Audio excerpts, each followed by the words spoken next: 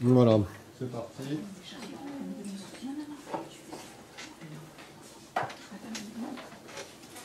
Bonjour. Manuel. Bonjour. Bienvenue. Bien. Super, on va s'installer, on va commencer. Barbara. Salut Romain, ça va? Ah, c'est chic, hein. Ah, le piano. Tu vas la recoudre.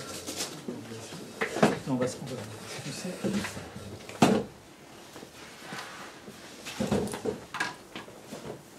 Voilà, je vous présente Pavlos Antoniadis, qui est pianiste, super, spécialisé en musique contemporaine, et notamment les répertoires un petit peu plus expérimentaux et difficiles dont il va parler aujourd'hui. Il travaille aussi avec des ensembles de musique contemporaine à Berlin, 2 ensembles à Berlin, puis un autre à Darmstadt. À Darmstadt. Voilà, Darmstadt. Et puis donc il est doctorant à l'ERCAM et au GREAM de Strasbourg avec Pierre Michel. D'accord, voilà, c'est ça. C'est là en fait que on s'est rencontrés. Voilà, et donc il travaille sur le geste pianistique. Et à l'ERCAM, tu travailles avec qui? Avec Frédéric Bevilacqua.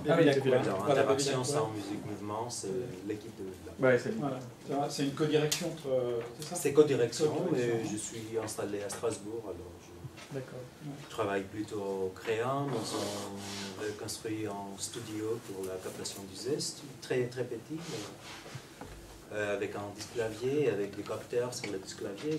Je vais présenter tout de suite. Ok. Alors, je vous remercie pour être venu, pour l'invitation, Philippe Lalit. Et je crois que je vais parler en anglais en fait, parce que c'est facile pour moi. Je parle français depuis 2 ans, alors c'est pas facile. So, I've already given this talk in the context of Walkmat. So I was invited by ERCAM in Taiwan. The title is Gesture Cutting Through Textual Complexity, a model and a tool for the embodied navigation of complex piano notation. In other words, I'm going to present a performer-specific view.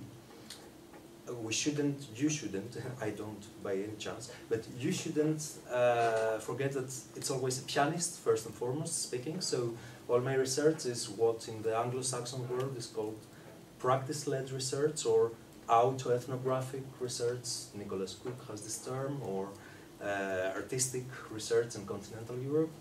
So it's always coming from the point of view of a performer, the inside view. And there are 2 things which are very important in this talk. The first is a conceptual framework for substituting interpretation, the classical notion of interpretation of a score, with the notion of interaction with score, which then extends into the second part of the talk, which is tools, creating technological tools with several applications based on this conceptual framework, and those applications would include performance analysis, pedagogy, probably music mixed and score following, and coordination with electronics in general, live performance, improvisation and composition. I have already worked in a project with that. So, let me get into it. It all starts with, well, it starts quite early actually. I was in San Diego in 2007, 2009, and there I had the chance to work with people like Jerry Balzano, if you know him, as a cognitive psychologist. So there I was introduced, so to speak, to the issue of embodied cognition, and started thinking on this model and how do we learn this very, very difficult music.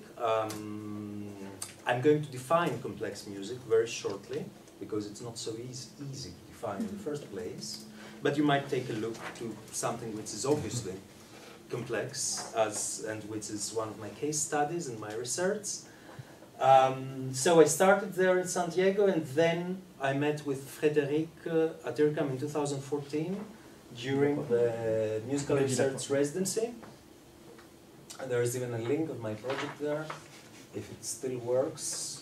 Yeah, So we did work on that, and there are several talks on the IRCAM server based on this musical research residency, which was the beginning of this actual project at CREAM, which is a PhD thesis, essentially. I'll try to go very fast because I have about 70 or 80 slides and I want to play for you, and so it's a lot. I don't want to exhaust you. So my background is obviously performance,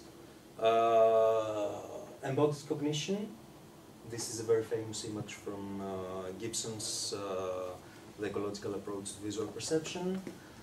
Then there are many extensions and important elements from the community of new music instruments, Nouvelle Lutherie, called NIME, New Interfaces for Musical Expression is the name of this community, and from the wider community of CHI, Computer-Human Interaction.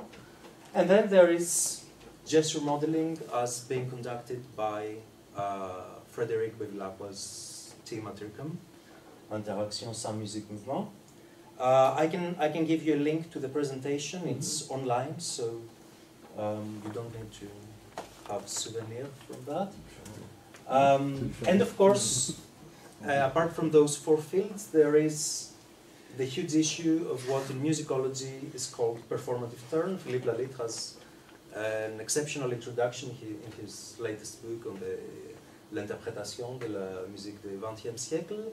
And actually, I recently explored a bit the whole field, the state of the art today, looking at Nicolas Cook Beyond the Score, Lalitre's book, and a German-speaking book, Fähigkeitsprüfung der Musik, so embodiments of music, interdisciplinary considerations by Jan-Peter Heckel and Wolfgang Lessing.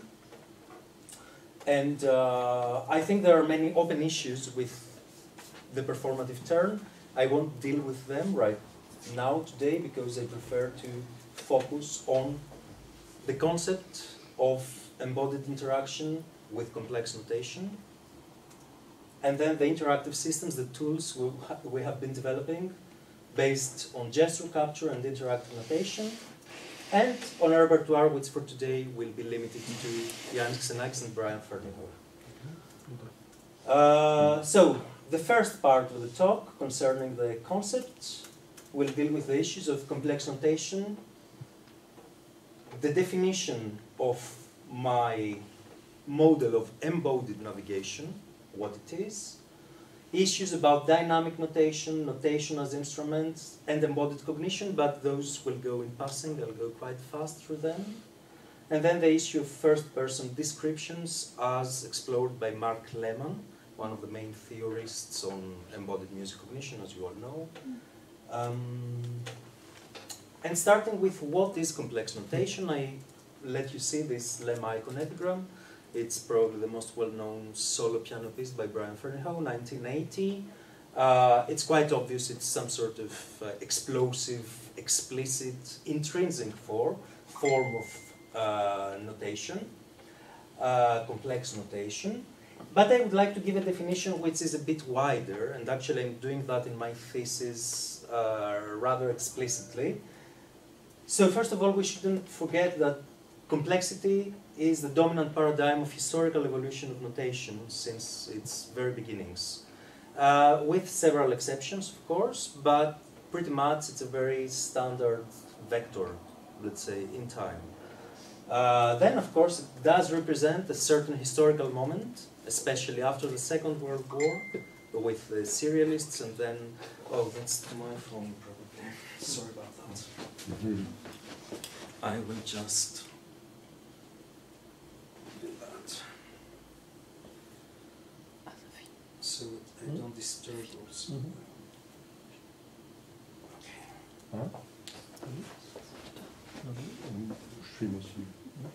So complexity does represent a certain historical moment after the Second World War with the serialists, and later on with the new complexity, etc.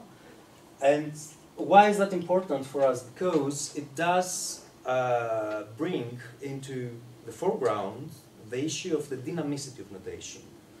an issue which very often is concealed under traditional practices of the past. That is, when we have accumulated so much baggage about how we should play a Beethoven sonata for the piano, it's very hard to see the malleability, the dynamic state of this notation. Whereas with Fernyhough, whereby we are suddenly sort of cut off from an imagination of the page, of the sound image, this becomes a wholly new project. And in that sense, notation stops being fixed in stone, and it becomes malleable, it becomes dynamic, transitional.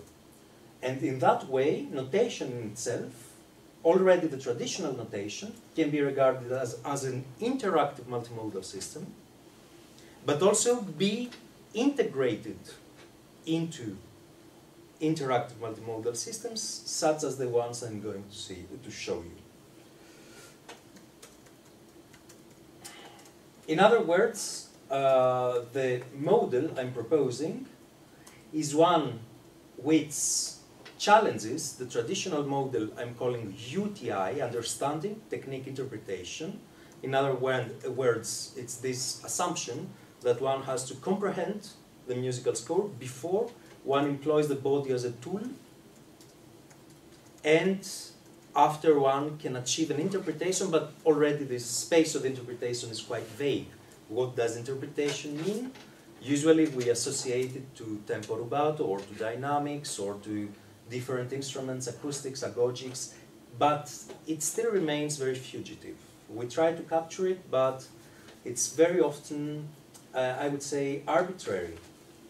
And it does not really correspond to the beginning of the learning trajectory. So part of this project is to integrate the whole learning trajectory with several interpretations of the piece in the future into one single experience, rather than assuming that there is a very concrete learning process which is being followed by a reproduction of the learning, essentially, of a singular timeline, as I will show later. So instead of this UTI model, I'm proposing a TUI whereby notation turns into a tangible user interface. Performers can literally manipulate, transform notation with their hands. And in that sense, notation becomes an extension of the instrument, but also an extension of the body, since the instrument itself is an extension of the body. So the model of embodied navigation is represented as what I'm calling a multi-layered tablature, whereby an original complex notation, complex here in the sense of quantity of information, is gradually analyzed, deconstructed, and reconstructed into several embodied layers. So I start with this passage from Yannis Xenakis' Mists. It's a stochastic cloud, as Xenakis calls it. I'll play it for you.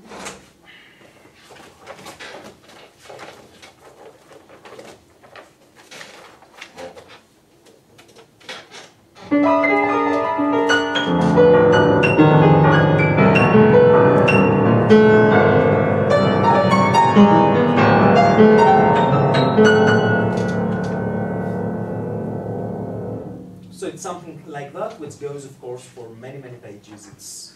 It's a very challenging situation, and it's being reproduced in other works by Xenakis, like Eonta, for example, which has exactly the same type of writing. And that's an obvious example whereby UTI, understanding that before playing that, so learning it away from the instrument, away from embodied experience, obviously fails, is a strategy, except for maybe very, very few individuals with photographic memory who could do it, but that's not our concern here. So here I have transcribed the passage into 4 staves for the beginning, so that we avoid those octave displacements, which are always very ugly and sort of obscure the direction in space. And then that's a traditional fingering. That's what I'm calling the finger layer for both hands with different colors. But then there is the hand grasp layer, so what one can grasp with one hand, or quasi-grasp as a concatenation of fingers 1 to 5. So for example, if the problem with this software is that you cannot show with the cursor. So this, for example, is something that I can grasp. It's those 3 notes essentially. But this is something that keeps the series of 1 to 5. So that's a gesture which reminds a grasp, but it's what I'm calling a quasi-grasp. It remains always in this sort of range. And then I have rotated the score, as you see, by 90 degrees clockwise in order to produce a perspective which is similar to the keyboard rather than the notation, and have added the intermediate movements between those hand grasps so that I create what I'm calling the arm layer. So the choreography, the air gesture, which connects everything. Which can even translate in this sort of abstraction, the arm trajectories. You can see there are some purple lines which essentially correspond to leaps. So things which are not linear. And in the end, you see that from an original, very fragmented, very pointillistic image, we have achieved this sort of linear choreography where the difficulties and the tricky spots, let's say, are very visible and very particular. It's a project of demystification of the whole issue of playing Xenakis, if you like. It's obviously very difficult, but it's a task that can be approached through embodied knowledge in a very handy way. Now, the issue with all that is that, then that's a simple tablature in the sense that it involves only pitch here, right? Mm-hmm. So I've dealt with one parameter, one compositional parameter.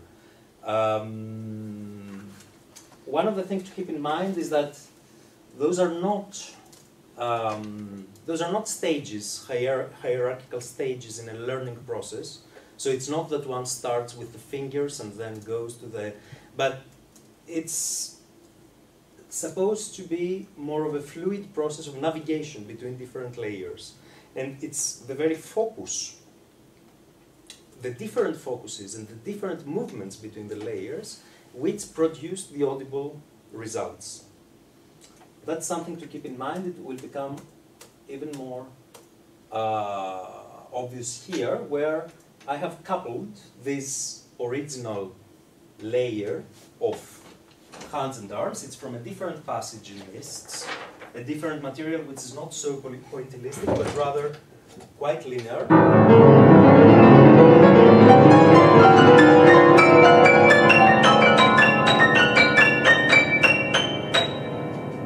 So essentially, that's you may pass it. It's the very last.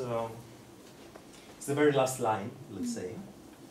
And in this very last line, there are rhythms, very, very complex rhythms, which never coincide with one another, so that one cannot quite calculate the relationship of the notes. And the question is here, how do you approach such a thing? And again, I have found those basic units of hand grasps with a very simple motion, and then correlated it to several rhythmic structures based on pulse, which are good for one hand, based on decimal techniques, which are very good for coordination note to note of two hands. So this layer corresponds to the hand grasp again, the layer of putting 7 against 6 against 5 against 4. How do you do that? You do it approximately around the beat. So the 7 against 6 is 7 against 3 eighth notes, which means and your that test, etc. And your that test, etc. And your that test, and your that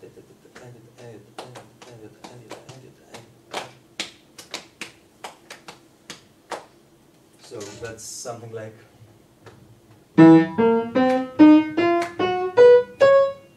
The other one is 5 against 4, 5 against 2, and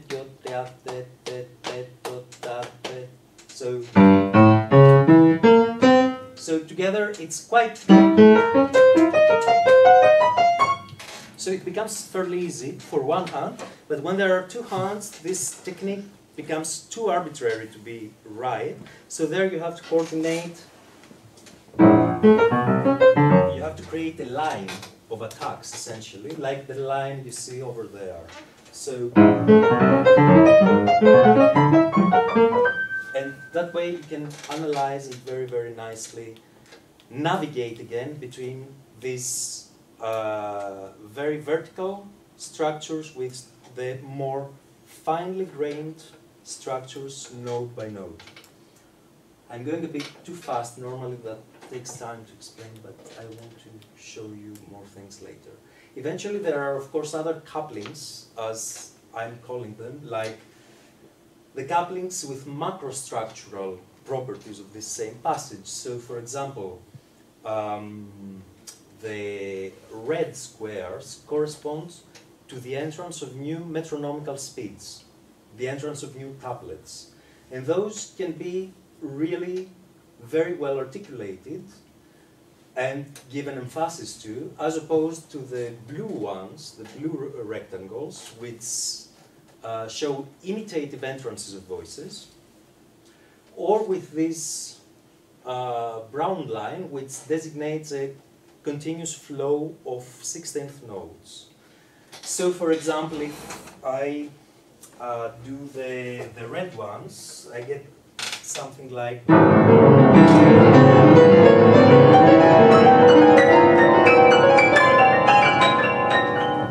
As opposed to. I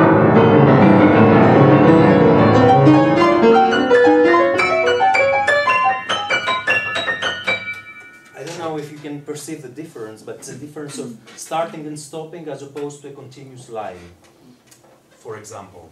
And there are many different things. For example, the ones which are highlighted with yellow are rhythms which are slower than the original rhythms. So, because the you can see the denominators there. So that means, in practice, that I could do some sort of rubato towards the end of the phrase.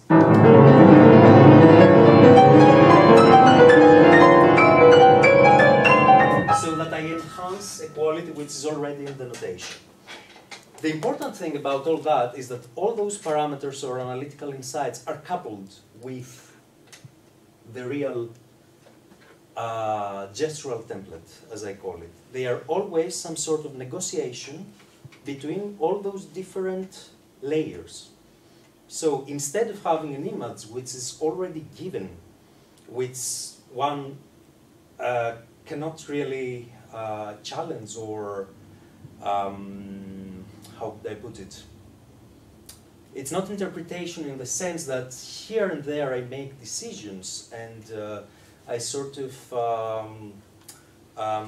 extend the vision of the composer or interpret the vision of the composer, but rather in a very given object which is as fixed as stone, there are several layers of information contained which are not visible. And the performer has to make those visible, if only to his own mind, and then also audible. But there is this process of negotiation between all those layers. It's never some sort of pre-constructed result.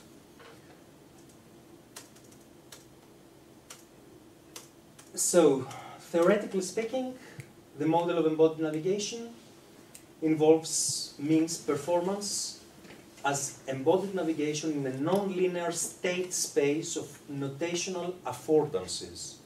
Notational affordances, which could be gestural, sonic, stylistic, conceptual. There is no limit here, essentially, as to what those affordances could be. The important thing is this theorization according to the Gibsonian model. Of course, navigation and affordance both draw their origin from there. And that those affordances are representable as annotations of the score in the form of a multilayer tablature. the performer navigates embodied layers and manipulates notation as if it had tangible properties. This model constitutes an example of mediation between symbolic signification, which is the score, action-oriented descriptors, such as the embodied layers I showed you, and physical energy, the actual act of playing. And in that sense, gesture acts as an interface for notation processing, while notation forms part of the dynamic system body-instrument notation. In other words, notation is not anymore, performance is not anymore the construction of a timeline, as in the bottom of this slide, but rather some sort of passage through a multidimensional space, which involves the gestural template and several mechanisms of discontinuity, but also continuity. In that sense, notation becomes part of a mobile structure, including gesture and sound, around the instrument. And through this theorization, we can really relate this research to fields such as NIME, with Tanaka's, for example, definition of instruments as open-ended systems, which include a compositional structure, or to Kai. For example, I'm thinking here of James McDermott and his differentiation between tool and instrument. An instrument is different from a tool because it has to be expressive. It's not all about being played easily. Sometimes difficulty and virtuosity is cornerstone for creating a new instrument. And in this sense, one can explain why a notation like that should be that difficult. It is exactly because it invites this sort of engagement, this sort of flow, in the same way as a new instrument would do, as opposed to an easy, so to speak, notation. And eventually, elements from Mark Lehman's mediation theory and notions such as transparency, extension of the body, action-oriented models of communication. Most particularly, this image, Lehman has proposed this mediation model between performers and listeners based on corporeal articulations. So he claims that around this mediator, which is always what else than the instrument, there are sonic and visual stimuli which are exchanged, but more importantly, there is also the haptic energy, the haptic feedback to and from the instrument, which is not transmittable to the listener. However, this very notion of communicating through corporeal articulations can, in my view, be extended to the relationship between composer and performer. Not only performer and listener. And it's, let's say, a domain which has really remained unexplored due to the very development of the notation. It's the very symbolization, abstraction of the notation, which has subsumed this corporeal layer. And this is exactly what I'm trying to bring in surface with this research and sort of create a model based on that and new technologies based on that. Embodied cognition is a notion you surely are all very well acquainted with in this lab. So I won't go into the definition of embodied cognition, but rather in the four basic concepts for my model of embodied navigation. First is the notion of environmental offloading, as it's called in theorists such as Mark Rowlands or Andy Clark.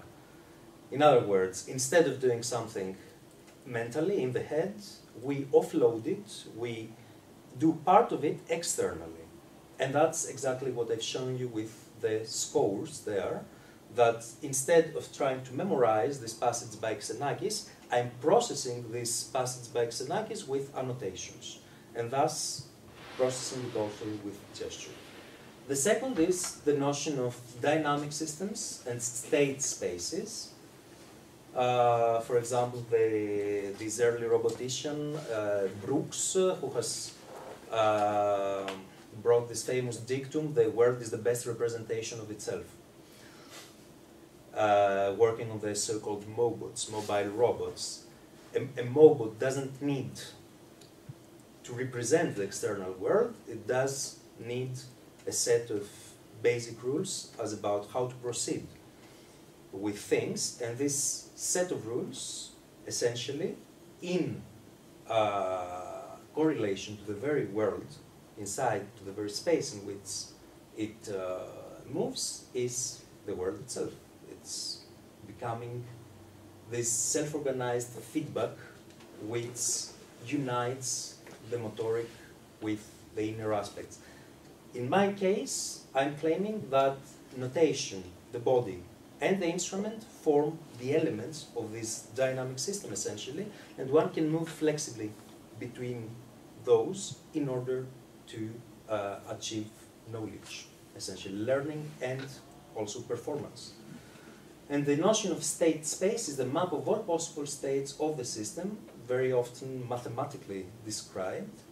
That's exactly the sort of tablature I showed you before. It's a state space of all the possible gestures, of all the possible embodied structures that one can have in a certain scope.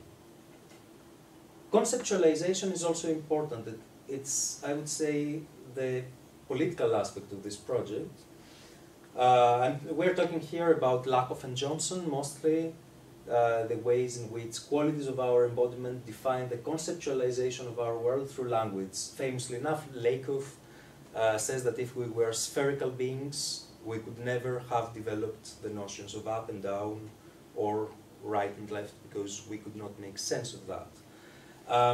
For me, the issue of conceptualization is critical in the sense that performers can never speak, can never articulate discourse related on their basic experience. I was very interested to see your own book, for example, the various citations from performers, but also something like Saron Kanach's book on Xenakis, performers talking, Xenakis performers, whereby I find that there is really no language for a performer to, they either talk about the body and about the athleticism of it, about effort and about transcending things, or they talk in a completely disembodied, completely analytical way, as if echoing the composer.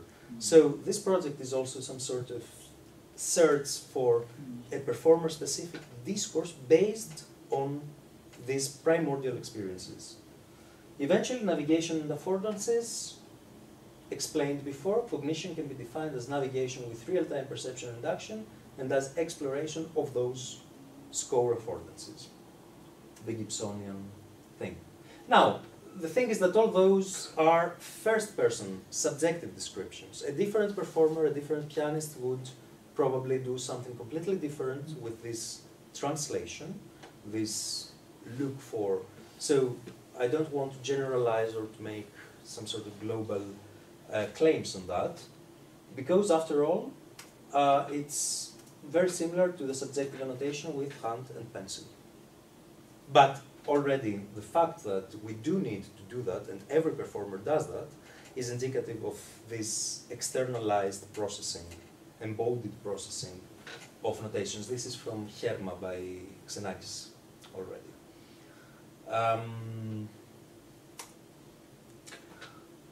It is this very limitation which brought me to IRCAM and to the need of investing on what is called third-person descriptions, again by Lehmann, that is objective observations, and see if my subjective impressions and processings are actually detectable, observable in real data. And for that reason, we developed with Frédéric Bevilacqua several methodologies and several tools around these concepts. Our recording setup in the residency included a Kinect piano such as this. I could probably do a recording for you, but we didn't figure out here the MIDI situation, so I'll show you the patch, but we can do it some other time. There was audio recording, Kinect video, and the MO inertial sensors, including 12 axes, 6 for each hand, 3 axes of accelerometers, 3 axes of gyroscopes, worn on both wrists here. I will demonstrate later in detail how we did that. So those recordings, those are the patches based on the Mugu object for Max, multiple buffers which contain both gesture and audio. Here you can even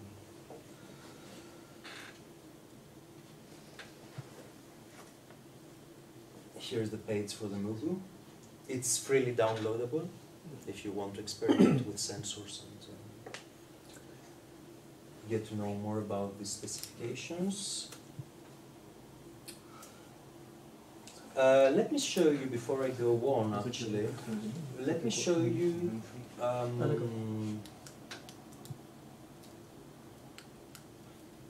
okay, it's not open.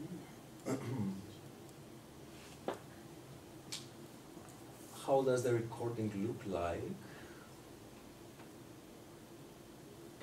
Okay, so here this is the play patch essentially of a recording I did at IRCAM based on Brian Ferneyhough's first page, the piece you saw in the beginning. I can play the video, I can play the sensors back, this sort of representation, or this sort of representation. Maybe here it's much better. So here are those 6 axes for the left hand, 6 axes for the right hand. 1, 2, 3 gyroscopes, that is accelerations which are related to Euler angles, to rotations. I'm sorry if I'm being too analytical and if you already know this stuff. And 3 related to linear accelerations. I'll show shortly. Here is sound, here is MIDI file. Here is again the gestural data, and just play for you some of it.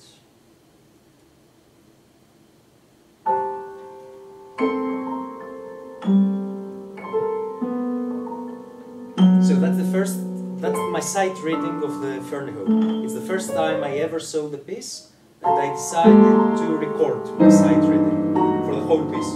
So I have this very first, let's say, approach, which is very interesting, and that's something I'm doing in my methodology very often, in my scenario. I start with the recording of my sight reading, then I'm recording how do I learn in detail, like the parameters I'm sort of focusing on, and then later I'm recording several interpretations.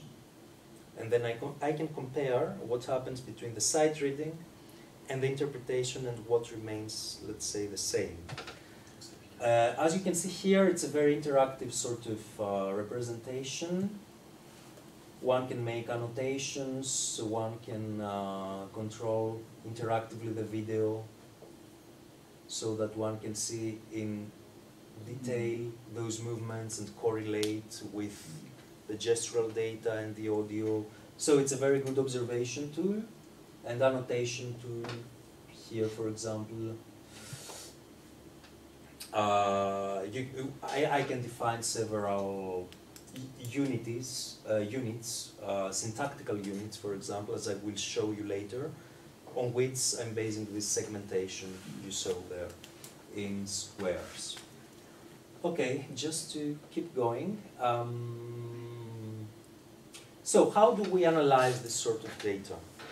We haven't done much. I'm not a psychologist and I'm not an engineer, unfortunately, or a programmer. So we haven't done much yet with the quantitative analysis of everything.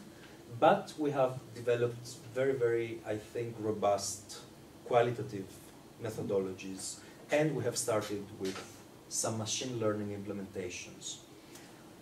So on the qualitative analysis, we have created mappings between, we have observed the relationships between the audio and the video, and we have developed the syntax, essentially, which correlates the gesture to the MIDI and the audio.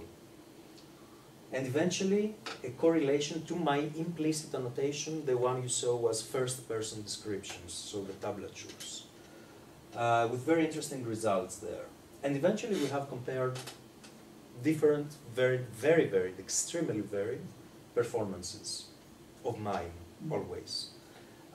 In the quantitative analysis, our target, we're working on that, is the inference of the mappings through machine learning. So instead of observing all that and making the correlations, the objective would be to take the gestural signals and be able to infer the implicit annotation, so that in the end one could have this sort of score, which is very complex, and one could sit on the piano, play 1 bar or 3 bars, and then based on the gestures they made, one could have an automatic simplification and processing of the notation based on the choreography.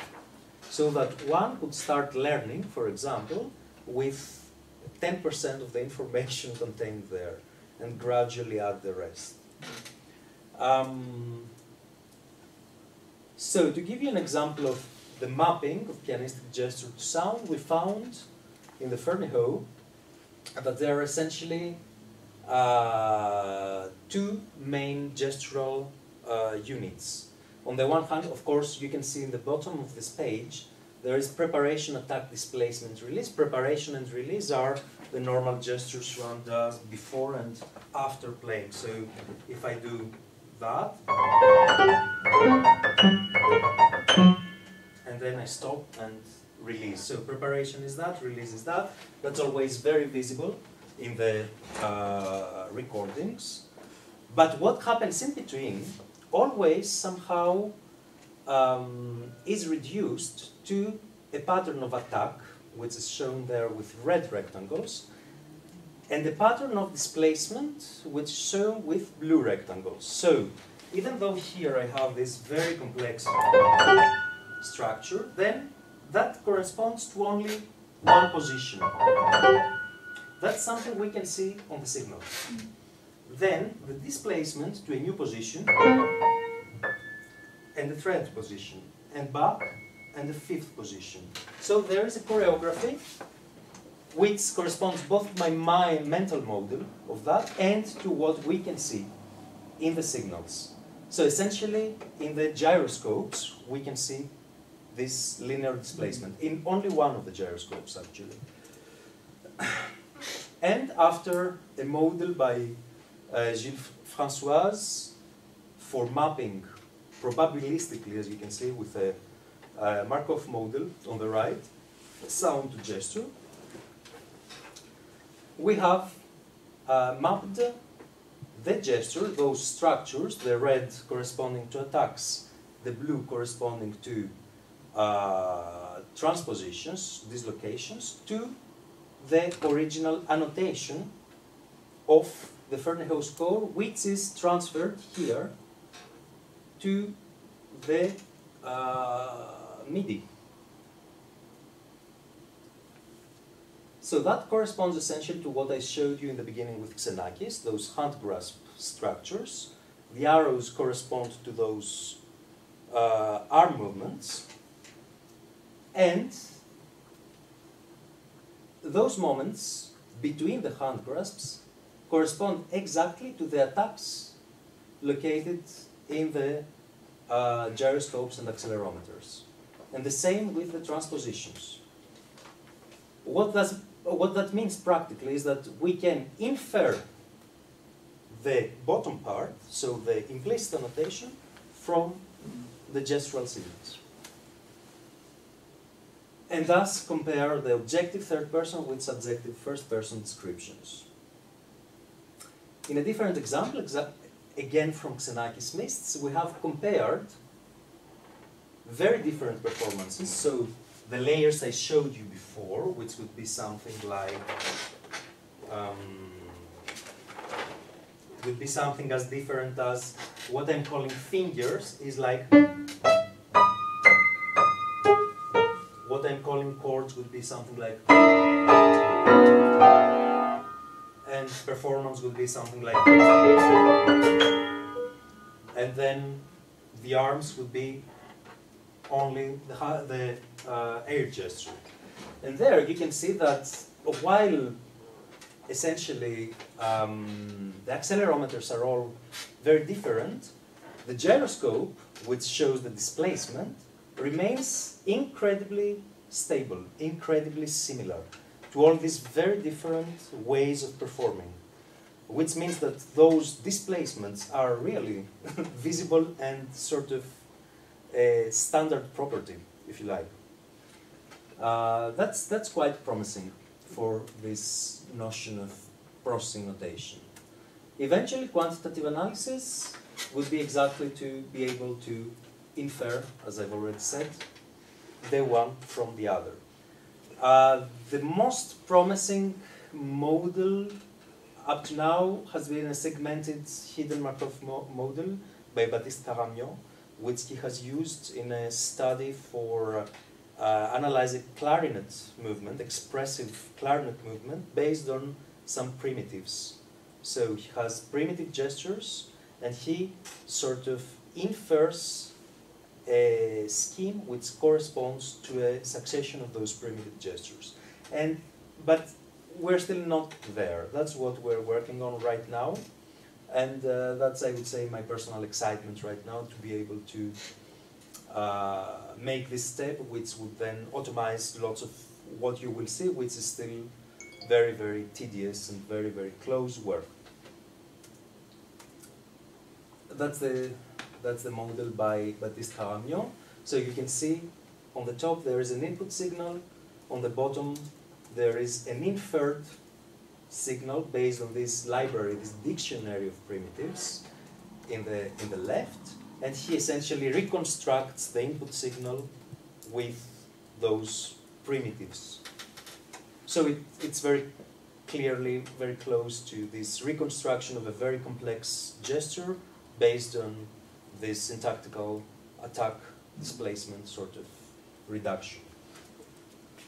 Okay, so then what we did is a process of processing the notation, really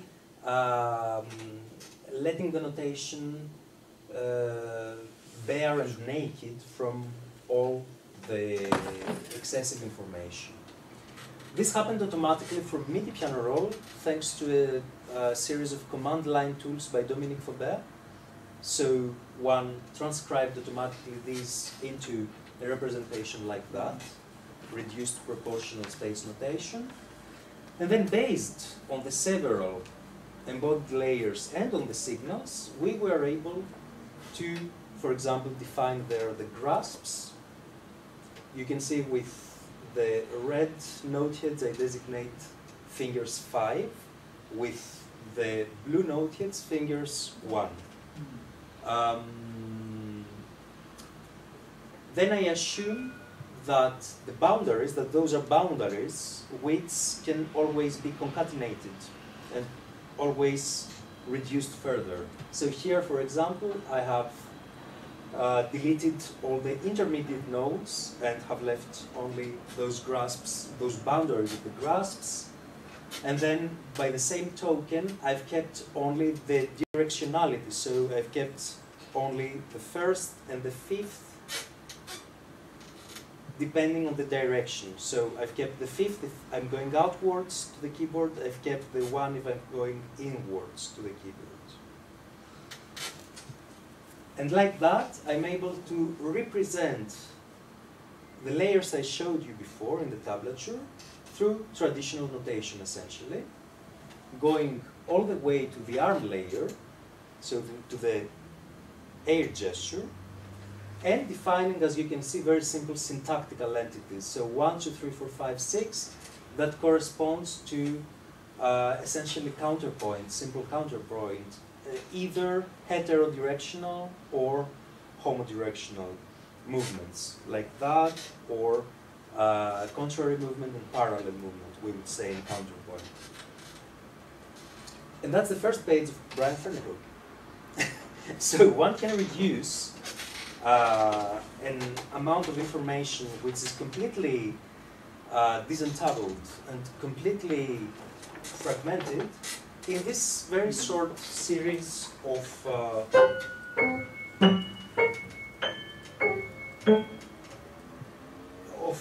movements, which are, so to speak, the corporeal subtext under the real text. That's an expression by Martin Zenk, a German musicologist, who has developed this corporeal subtext sort of theory. Okay, and that's the comparison between the two, obviously. So, extraction of a basic gestural pattern.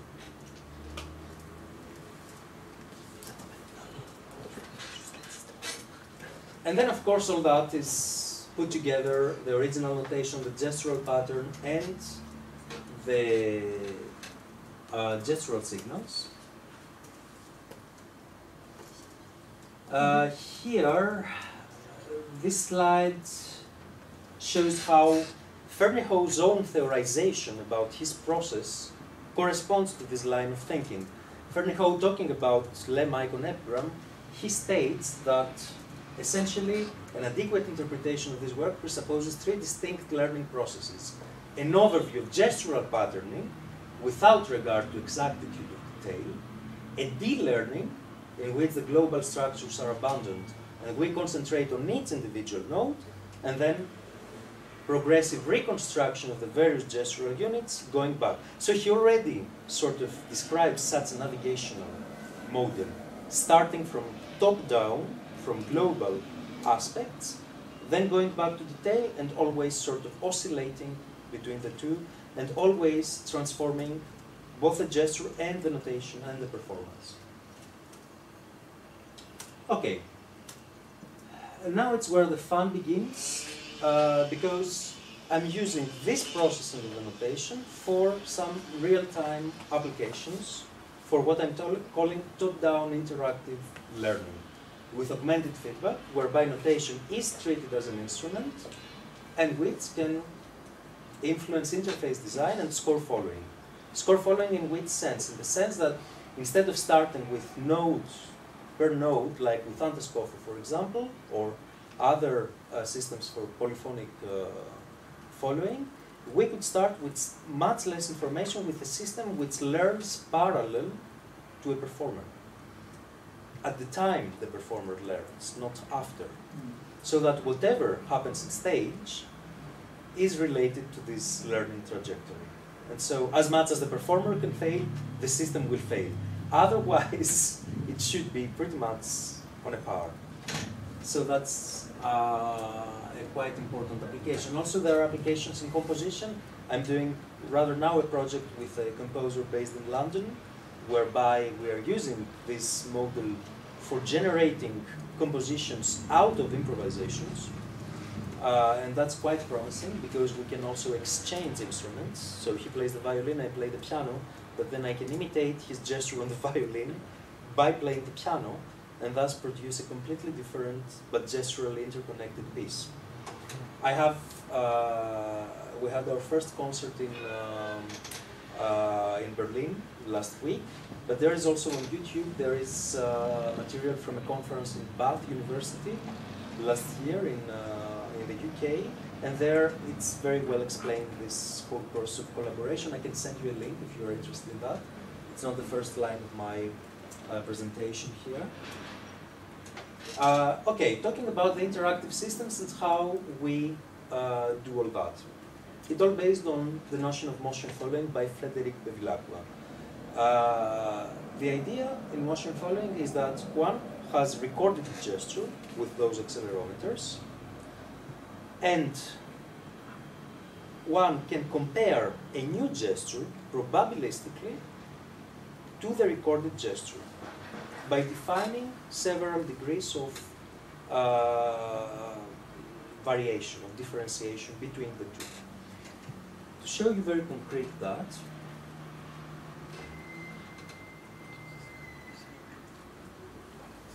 I'm already 1 hour and 8 minutes, right? Are we doing okay by time, or Yes, it's fine? Yeah. Is it tiring? Is it? No, no, it's No. Okay. So this is the patch which controls the 2 sensors. I was charging them, that's why. Okay, here they go. So you can see that accelerations related to rotations are mostly energizing the yellow, for example, there. So now I'm playing the okay, just now I'm playing the left one. Okay, so they are quite intertwined, but if I do like a rotation like that, it's mostly the red.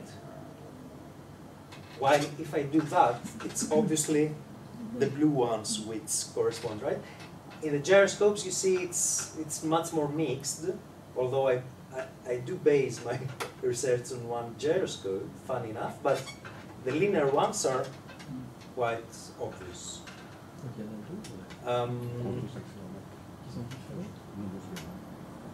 Okay, so now I'm wearing them on my wrists. They are not invasive. I can play with them.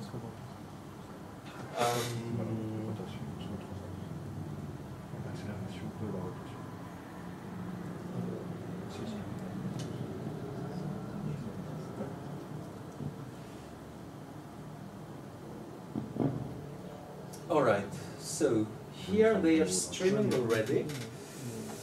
That's the paths Frederick has developed for his motion following. So there is the first process of recording. So I'll record something, like the vertical.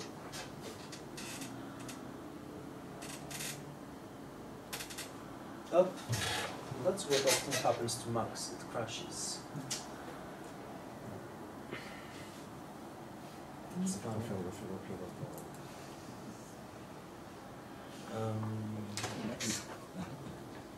Comme d'habitude, Max s'en va.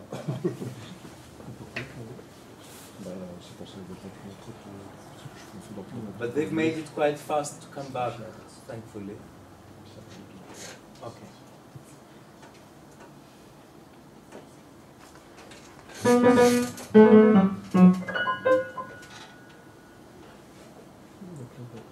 I'm wondering why is that. Oh, that's.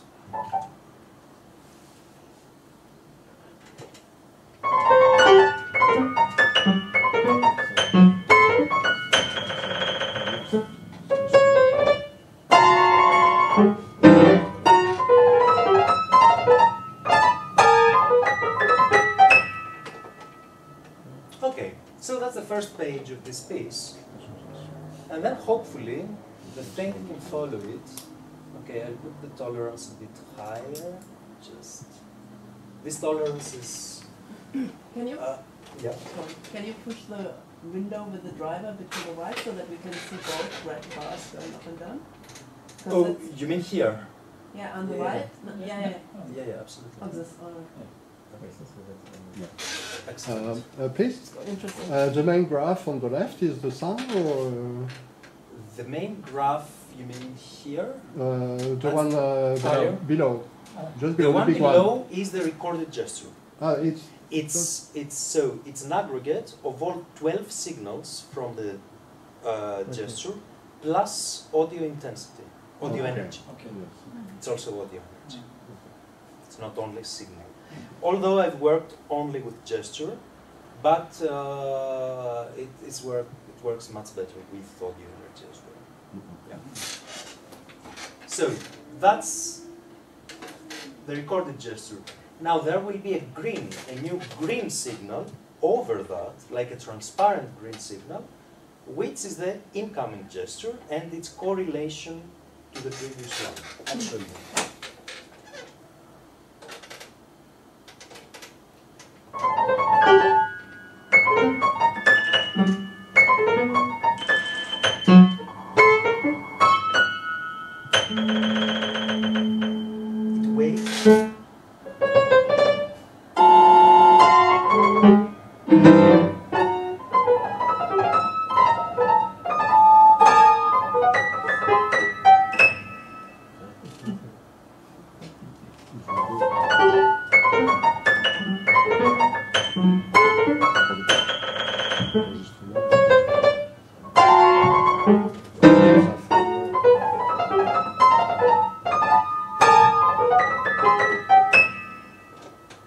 Okay, that was a pretty straightforward performance, right? Like, now you could hear the recording going, but I can stop, I can freeze completely, and then it freezes.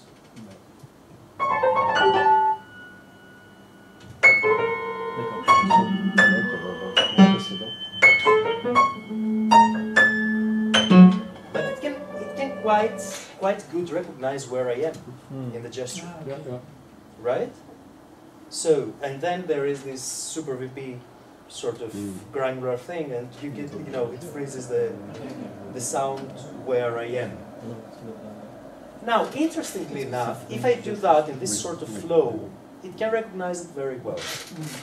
If I do something like what most people start learning normally, so play the piece very slow, note by note, and then start accelerating, it won't recognize it because I give, so to speak, different gestures. Let's try that.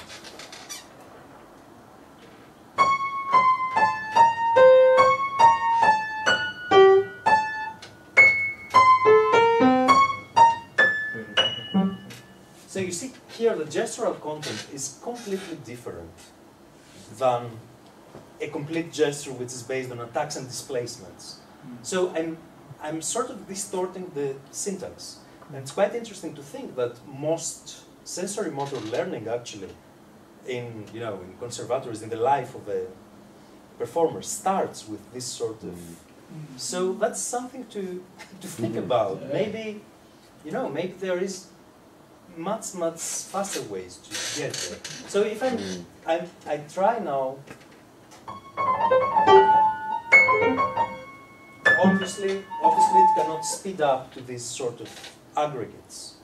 Yeah. But if I do the opposite, so if I play the sort of abstraction I showed you before,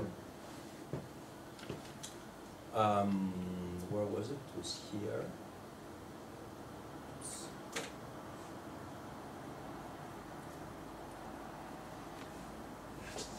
Okay, so if I start with that one and go to that one, then it follows quite well, actually.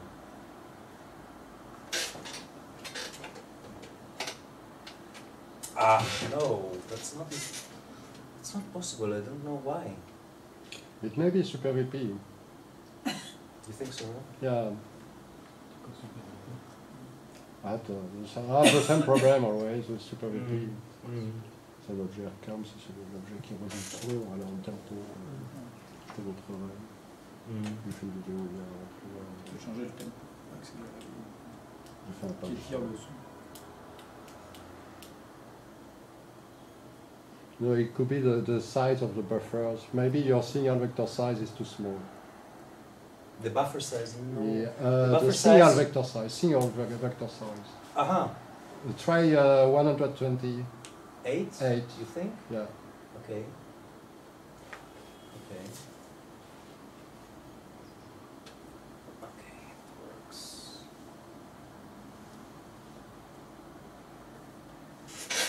Okay, so now I'll record the pattern.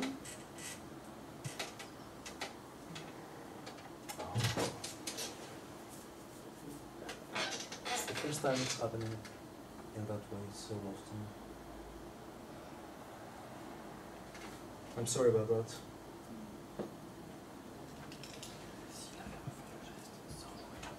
Oui, ou pas. Le jeu, la version précédente. Pourquoi il le joue sur le jeu? Parce que je pense qu'il aurait du mal à le faire sans jouer. Je peux le faire, je vais le jouer. C'est un peu l'exercice. Non, parce que quand il a pris son flow, il a utilisé l'intensité. Est-ce qu'il a aussi besoin de l'intensité dans le moniteur? En principe, oui. Parce que s'il est en train de se faire, à ce moment-là, il n'a pas besoin de jouer. Oui, tout à fait. Le piano s'appelle jouer et on pourrait le faire. Parce que même si dans un concertateur, oui, oui, tout à fait. En théorie, on peut le faire. Je vois pas ce qui empêcherait de le faire. C'est fait cool. parce que il suit, et plus ce que tu veux en mettre. Okay, one last effort.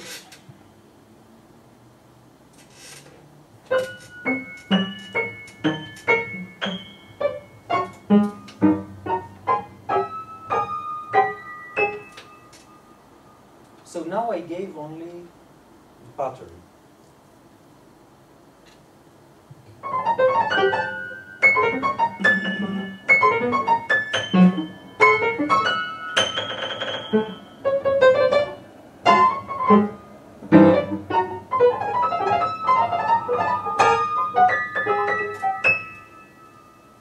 And it follows perfectly. So that's the sort of basis for creating other systems of, yeah. Finish your Yeah. But if you were not playing on the sound, if you were just Yeah, playing the it's movement without the sound of the piano,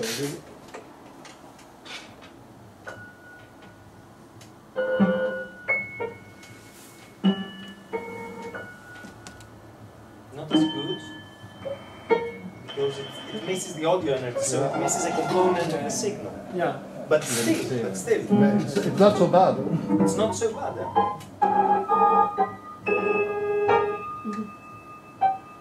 Yeah, it does work quite well. And if I increase the tolerance, like now, I'm giving it a very hard task already. But if I increase the tolerance, it will work fine. So that's yeah. In this project I'm talking about with the violinist, we did the following. He was playing the violin and I was imitating in the air. Okay. And then I started dancing and reproducing what he was playing, but with these variations. And it was quite interesting as a result, because you can really communicate with the player as a listener and then become the player yourself. Like that. Just one question, because I'm not sure to understand this is when we say that the computer is following your gesture, on which basis you say that he's following you? Because the sound which is given feedback when you are not playing on the piano is very poor. In some way, I cannot recognize the piece simply based on what the computer is playing when you are doing the gesture. So I understand on the signal that some part of the signal is processed in the correct way, but the feedback of the sound there is nothing. So how can you be sure that it's following you? I'm clear. I'm not sure I understand the question. So you have the computer has learned your gesture, and you say that is able to follow your gesture. The computer has recorded. The computer has recorded. Yes. My gesture plus the audio energy in the form of this signal. That's what the computer. So when you are mimicking. So when I'm mimicking that, the computer compares. Okay. In real time. Actually, maybe this Bevilacqua graph is helpful here. So the computer, you see here, it's maybe I show you a bit better here.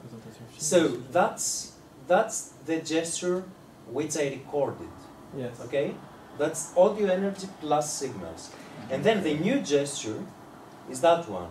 So the computer is comparing at all times, probabilistically, the probability that this new gesture is the same as the old one by computing the differences between the two.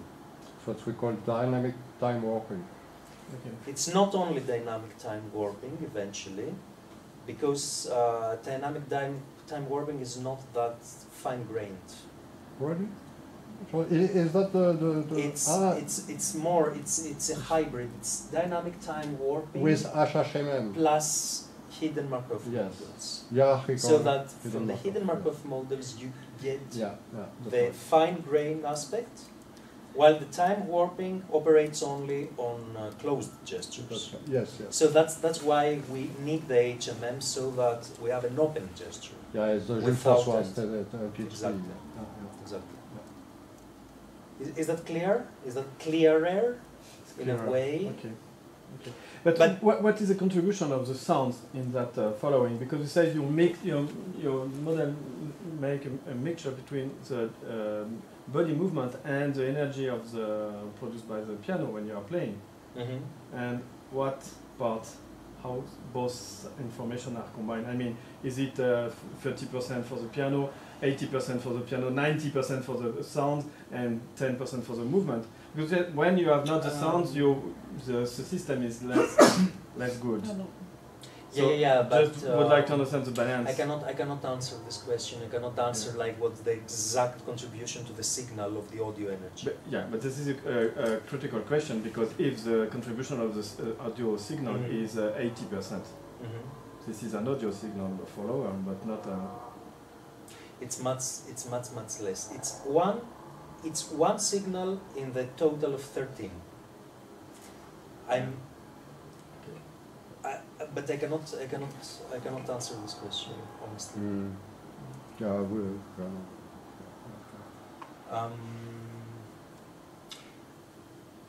However, it does work very well, even with, like, we have worked without the Super VP very often, and only tried to record essentially the gesture.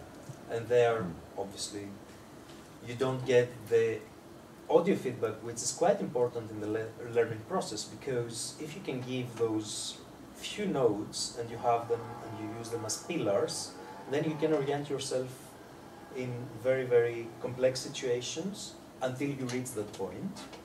So it's some sort of very, very organic integration of what is to be anticipated in the listening experience, but in very simple terms. That's how we use it. Yeah, so the audio restitution is very critical in that loop. The feedback. The feedback, yes. Right. It's not the first thing here, I would say. It's not very critical in the sense, it's mostly for demonstrative purposes to show you how it freezes or how it jumps when I omit things. But for me, it's mostly the sort of interaction between gesture and notation, as I will show right now, later. So the sound, yes, it's important, it's audio, it's feedback.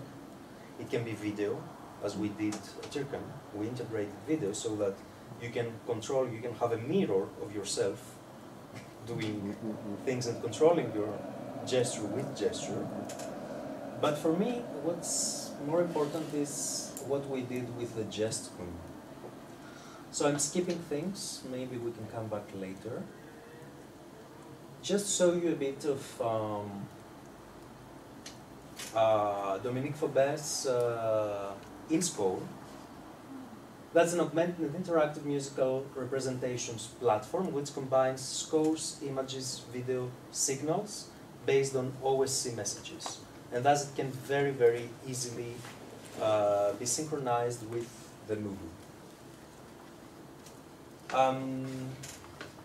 Just to give you an example of what we've done with that.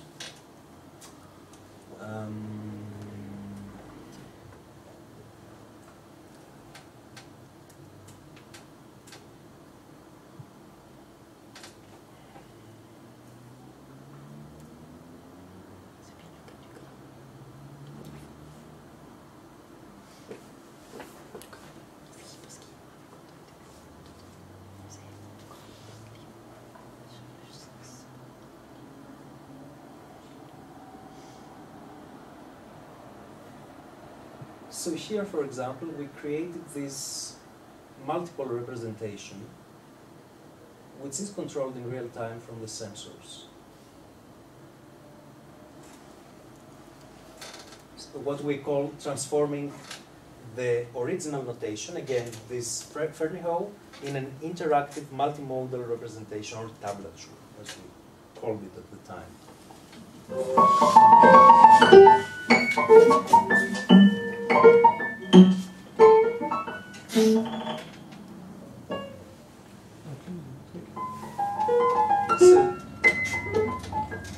So those rectangles, you can see like the blue and red ones, those correspond to a relationship, to a mapping between the musical time expressed in normal time signatures, and the graphic space.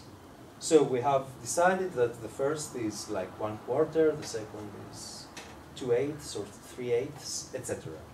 And based on that correspondence, we can send the signal of the real-time performance and control the different structural entities, each representation, like one which corresponds to the MUBU, others which corresponds to different embodied layers, others which introduce video there. At the time, the video integration of the in-score was not ideal. Now it's much, much better. I'll show you later.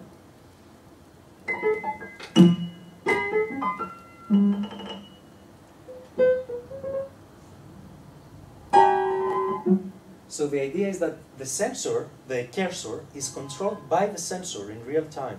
So each time I have a displacement, it jumps into a new rectangle, essentially. So that's already some sort of score following, even though quite primitive at this stage.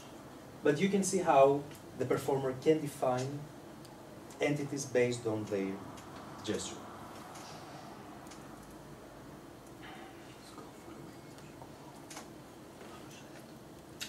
Another example, if I can find it.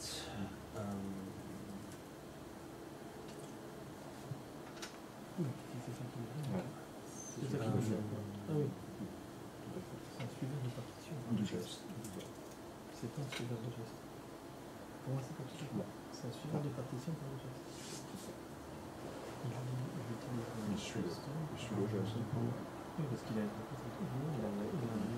template du geste, du tête, et après il a juste le temps en temps réel qui rentre et son template. Okay, look at that, for example. Here, I have integrated this sort of representation in a real video. 3, 4, 5, 1.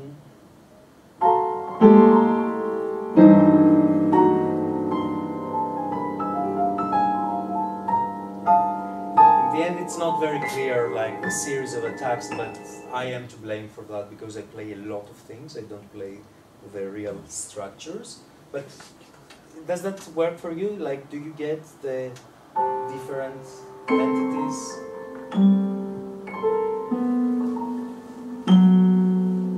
As a medium of representation?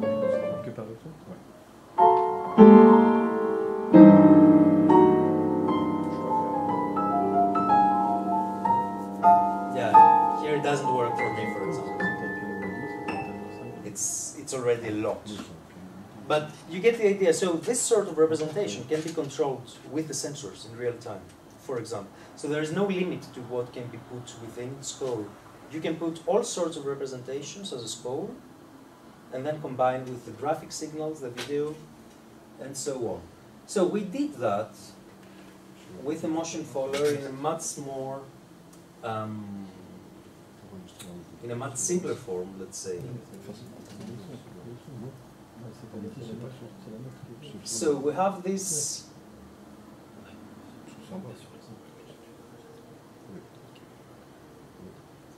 Okay, now that will not fit the screen very well.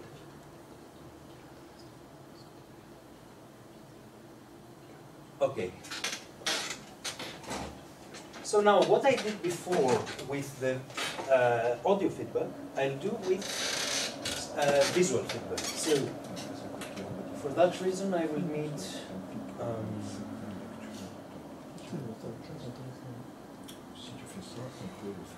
that.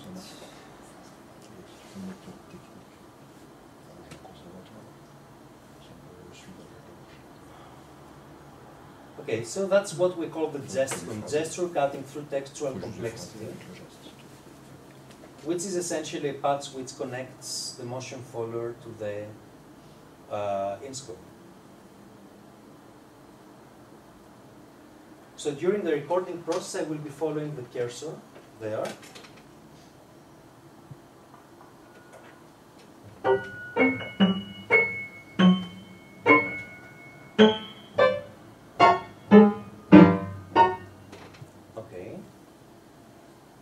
oops, now yeah, that went a bit too fast.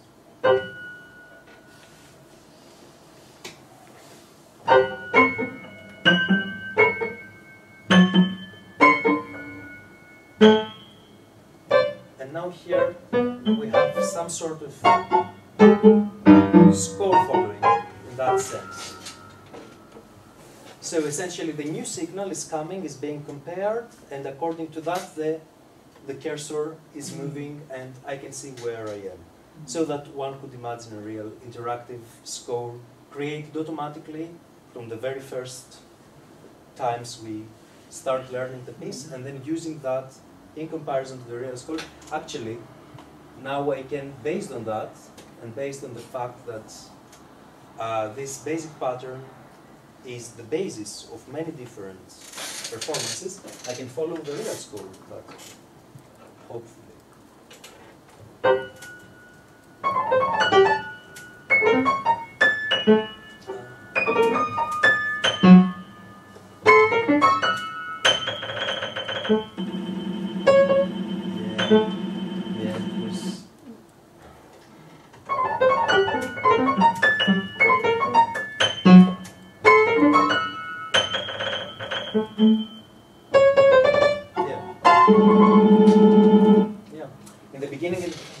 Because I didn't give the preparation gesture, so that was the reason.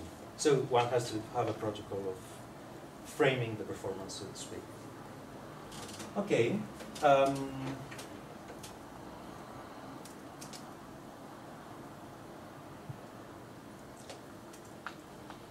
So essentially, that's the GestCom which I showed you before. You can access the video on YouTube.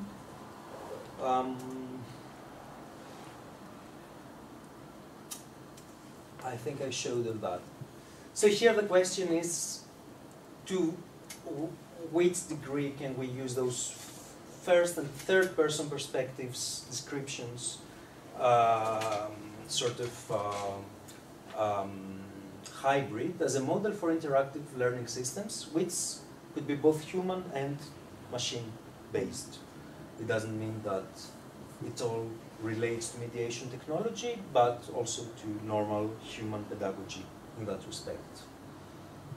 And of course, a criticism I've received very often is that, okay, I mean, are those real data since you are the subject, and like you have obviously the ways to manipulate the data, which is a very legitimate criticism, obviously.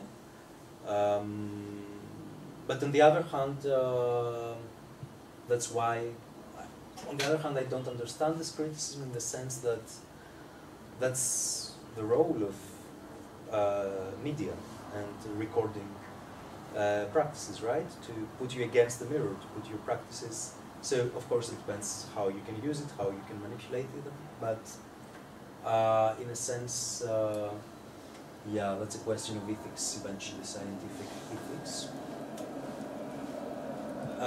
What we are doing also right now is that we are integrating touch keys data. Touch keys is a system, you can see it there. It's a system of sensors, of capacitive sensors on the keys, on each key, developed by Andrew McPherson at Queen Mary Elizabeth University in England, in London. Queen Elizabeth. Plain Queen Elizabeth. Queen Mary. Sorry. Queen Mary. Queen Mary. Okay. So its sensor has two axes, essentially horizontal and vertical and horizontal, and one can see the exact location of the fingers, so that essentially one could extract shapes, like hand grasp shapes, from those, and we have integrated those data in our recording patches, so that now we have, the representation is quite complex to read. It's in the form of a spectrum, so that you have like red for the extremes of keys and blue for the medium, but it's also a very promising thing, because with a proper visualization it could be like a blueprint on the keys of what you're doing, and of course combined with all the rest of the data.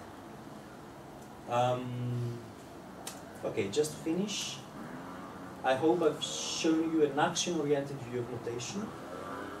which combines new interfaces, human-machine interaction, gesture modeling, into an interactive multimodal tablature by developing gesture-to-notation mappings, soon to be automated, hopefully, and soon to effectuate a real-time gestural processing of the notation. Okay, I hope that was not too long. It was a bit too long for me. But thank you very much for listening, and please bombard me with questions.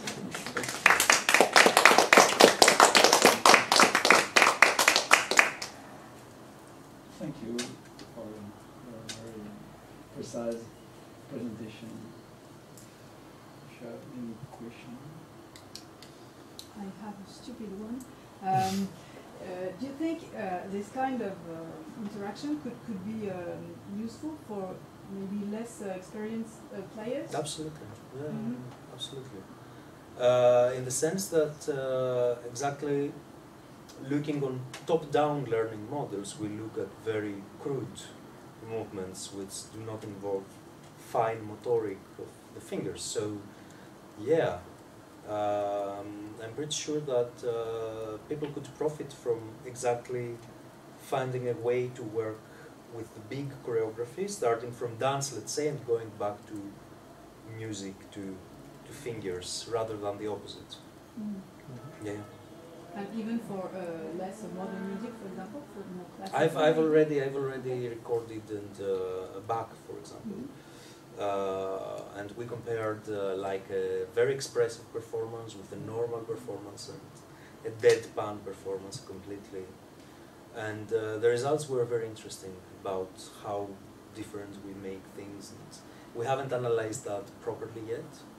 But the general impression is that more sloppy performances, let's say, or unexpressive, tend to accentuate certain gyroscopes rather than others. Like the expressive ones, you know, sort of, in my performance, that's always me, the subject, right? But in my performance, while the normal ones become a bit more sloppy somehow, like not so fine. So expressivity is, we assume, some sort of combination of very, very fine, small things with some sort of meta level in this typology, a sort of expressive gesture which goes beyond. So it's a much bigger range and much bigger differentiation in smaller amounts of time, rather than a very, very stable flow of energy, I would say. That makes for expressivity. Yeah. Thank you. No, it's not a stupid question. Okay. It's very good. I have also a stupid question. Did you try to learn a piece that you don't know? A new piece for you? Yeah, that was what I did with the friend. Yes. Already. Okay. It was a prima vista, it was a sight reading. Okay. So it was new at the time.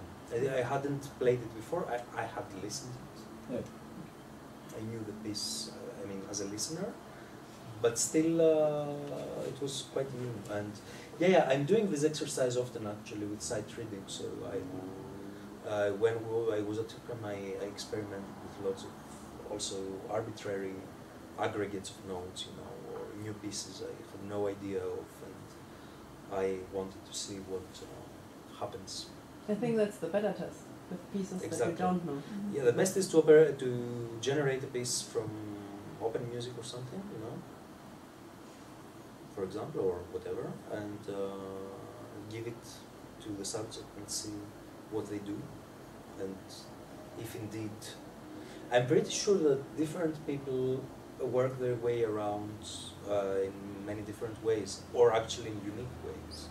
So the sort of focus from detail to global aspects, and it's hugely personal, but it's quite promising to be able to track this process and relate it to very concrete templates, let's say, to very concrete layers of information. Because after all, however individualist, however personal might the approaches be, we always have 10 fingers, some of us, some have only one hand, for example. It's a completely different approach. That would be hugely interesting to be able to record a one-handed pianist, for example, and see if they have exactly the same. But yeah, I mean, main structures of movement, or to go from here to there, you need to use your upper arm. You cannot go to here, there, you know, without using your upper arm. So there are, of course, some universals, some constraints about biomechanics, about, you know, so it goes both ways. We can always focus on the sort of individuality, and yeah, we are all unique, but of course we are. I mean, we have a torso, we have upper arms, we have fingers and wrists, and that's about it. So And do you think it could help, for example, bad readers if they have the global movement? absolutely. Or not? Yes, you think so. Absolutely. Absolutely. To have them To start from top down. Yeah, actually everybody who plays new music, like there are many in your interviews, for example, even the ones you are citing in your book, or if you read the Kanach book I mentioned before with Xenakis' performance, almost all of them start learning globally, you know, and if you work in this business, like I'm working with ensembles, for example, I had to learn 5 pieces in 3 days, like just 5 days before, and I had to learn them in 3 days. So you cannot afford doing what we learn to do as children, or to learn and internalize on. You go really fast, and then you fill in detail somehow. At the beginning, you presented this approach for complex music, like contemporary music, like Xenakis or Fernio. And it makes sense, of course, because the quantity of information is so huge, and also because the syntax of this music is quite different from classical music. Mm-hmm. And my question relates to what Marion asked you. Do you think this approach is as interesting as it is for contemporary music when you turn to classical music, for Chopin or for Beethoven? And would you say that it could be useful to play a Beethoven sonata by starting to analyze the movement, or you see that you could say that the syntax and the harmonic structure is so clear in the case of tonal music that maybe the gesture is less important? I think there is another question related to your response to this. Yeah, it's a very good question. Thank you. I think that in those cases, essentially, the embodied structures are corresponding to the phrase or harmonic or rhythmical structures. Like if I play, okay, like a Bach thing.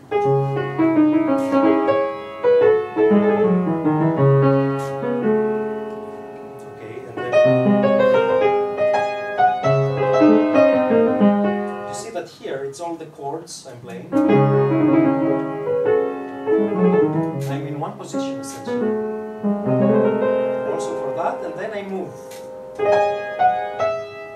here for the first time, which is the dominant. Mm-hmm. So you see that all the very first, it's some sort, I hate to say it, to put it like that, because it's completely internalist, but it's some sort of Schenkerian logic for gesture. Right? Yes, that's because the point. Here,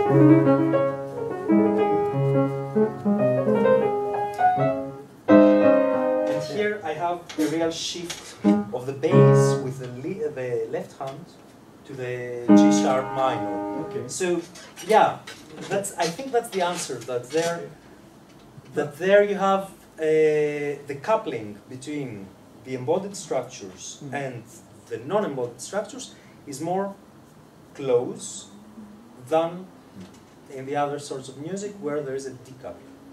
Actually, one could think of those questions in terms actually of, I'll try to do that in my thesis, but I don't know if I will explode my thesis if I do it, but I'm trying to think about that in relation also to electronic sound, like spectromorphology, and how does an electronic texture sort of imply gestures or imply movements, you know? So for me it's quite similar. There is always this sort of corporeal subtext, but to what degree and to what coupling and to what relationship to the phenomenon eventually, and to what we perceive. But then you can take a traditional analysis of the Bach and this sort of recording and compare them. And that would be quite interesting. Actually, I'll be doing that with the Fermi-Ho. I'll compare it to the TUP analysis, so that quite soon for the Euromac in Strasbourg, so that there you can see if those movement-based analysis is close to his results by having examined the sketches and the harmonic language and everything. So I think that might be interesting as a comparative study. So this led to my second question, because I was wondering, and I am still wondering, how when we are perceiving a piece of music, our perception is embodied. I mean, we have this intuitive understanding of the structure of the piece because we have some kind of understanding of the body energy which has been necessary to play the piece. And one thing I was thinking when I listened to your talk, you say it's possible to have a mental schema of the body gesture that are necessary to play the piece, and we have the sounds. And of course, we can manipulate both in a quite independent way. So imagine that we change the pitch, for example, of Vernier or even Bach now, in a way that doesn't destroy the body gesture. I mean, you change the pitch, but the same movement can play that. And in another case, we change the pitch, but in that case, this is not possible with the same body movement. And I don't know if you have never tried to do that, but we can also do that with contemporary music. And I would say, as a psychologist, if the body movement is part of our experience as listeners, probably we can detect to differentiate the two types of change. And we can even say, okay, compared to the original, the one where the pitch is changed but keep constant the body movement is closer to the original than the one where the pitch is changed but also disagree with the movement. Of course, we can do that with classical music, but we can also do that with contemporary music. And I don't know what kind of response we will have in our listeners, but I would ask you. I would like to ask you what type of guess you will do. Do you think? First of all, I think it's hugely crucial if the listener is a musician or not. If we're talking about expert performers or amateur performers or non-performers at all. So you think they hear the difference? Oh, absolutely. Pianist will hear, for example, a pianist will definitely hear. Okay. The difference between. You mean the difference between the gestural, let's say, content? Yes, exactly. For the discrepancy between the pitch content and the... Imagine that we tune the piano and you play exactly with the same movement. But you have a different mapping of pitch. Yes, for instance. But I did last week in Berlin. Like as I said, with my collaborator, we exchanged gestures. So I imitated his gestures and then I played something completely different. Like a different instrument from what I played. And it worked so, like, as you say, the sense of identification between, for example, an acoustic instrument and an electronic instrument. Because I played the piano as he was playing, and then I played the drums, and E-drums like that. And then I played on the E-drums, which was controlling samples of my piano. So, essentially, there was no relationship at all between this sort of mapping here and the sort of mapping there, which was completely arbitrary. But still, I could sense the identification between the two completely different acoustical materials. So that's why I made also the connection to spectromorphology and to electronic sound in general, because I find that the sort of shapes, cognitive shapes, and that are being created by this embodied involvement are very, very primordial, much more primordial than the tonal structures, for example. Maybe, but that's my assumption. But would you be interested to have create this experiment? Because it could be very easy if you can record the pieces on a MIDI piano, and then we can change the pitches, and in a way that fit with your gesture or that doesn't fit with your gesture, and the test. Yeah, absolutely. That's a very good idea for experiment, obviously. Okay.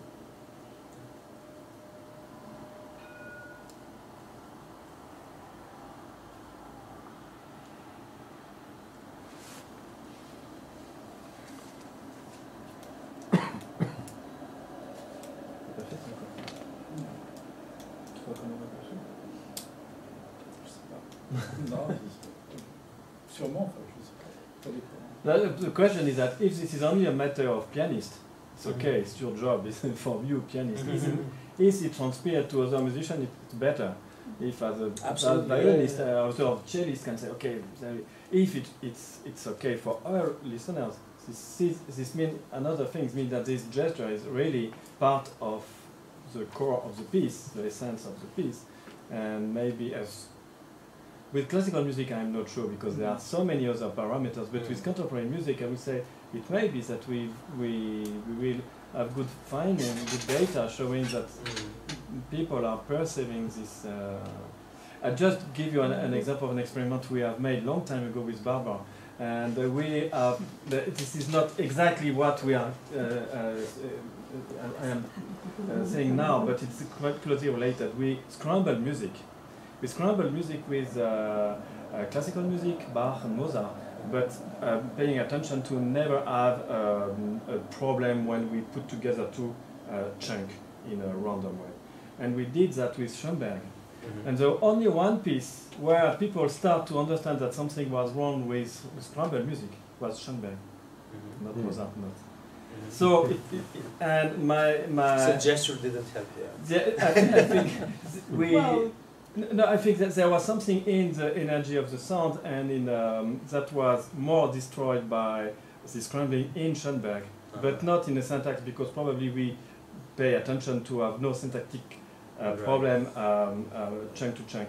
And I would say that maybe this type of embodiment is more easily perceptible in contemporary music than in classical music. I will have this well, that might be interesting to look at the cuts we did, to see whether the cuts we did just to that they are possible acoustically, whether they are in incongruent places from the point of view of the gesture, and then putting them together, creating something absurd, and then looking at the same piece and saying, well, if you would have cut there and put this and this together, then I think the gesture can be coherent again, and then test whether people would make the same kind of. So an expert should look at the cuts we did, because for the cuts we didn't think about gesture at all. It was we had the constraint that it's about 6 seconds on average with some jitter, and that for the because it was an acoustic recording, that we didn't have some acoustic wobbling ching, because it's a long time ago. So it might be fun. Absolutely. No, but I think it stands as an experiment. And my intuition is that, of course, the more you distance yourself from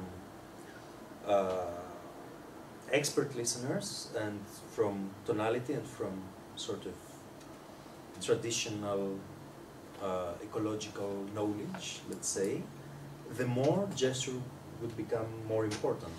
But for me, as an expert pianist, when I listen to Schoenberg, it's like as if I listen to poems. Really, for me it's the same. Really, I cannot anymore tell the difference almost. No, I can't. But it's very close. So yeah, it's a very good research question. Comment s'appelle le pianiste? C'est Yang Yang. Qui est très expressif. But another question, just Long.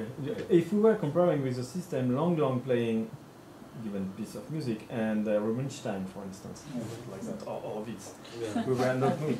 Do you think you will find some? Rubinstein is more classy. That's why. Yeah. But do you think, because this is the same question in fact, if music is expressed by the body, you should find some correspondence between a pianist playing like that, and old-fashioned in some way, and Long playing like that, the same piece.